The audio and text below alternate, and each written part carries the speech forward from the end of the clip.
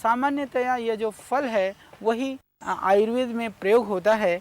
और यदि इसका काढ़ा बना करके, ये सूखे अंजीर का काढ़ा बना करके पीते हैं तो ये बहुत ही स्वादिष्ट और खांसी को समापन करने वाला काढ़ा तैयार हो जाता है।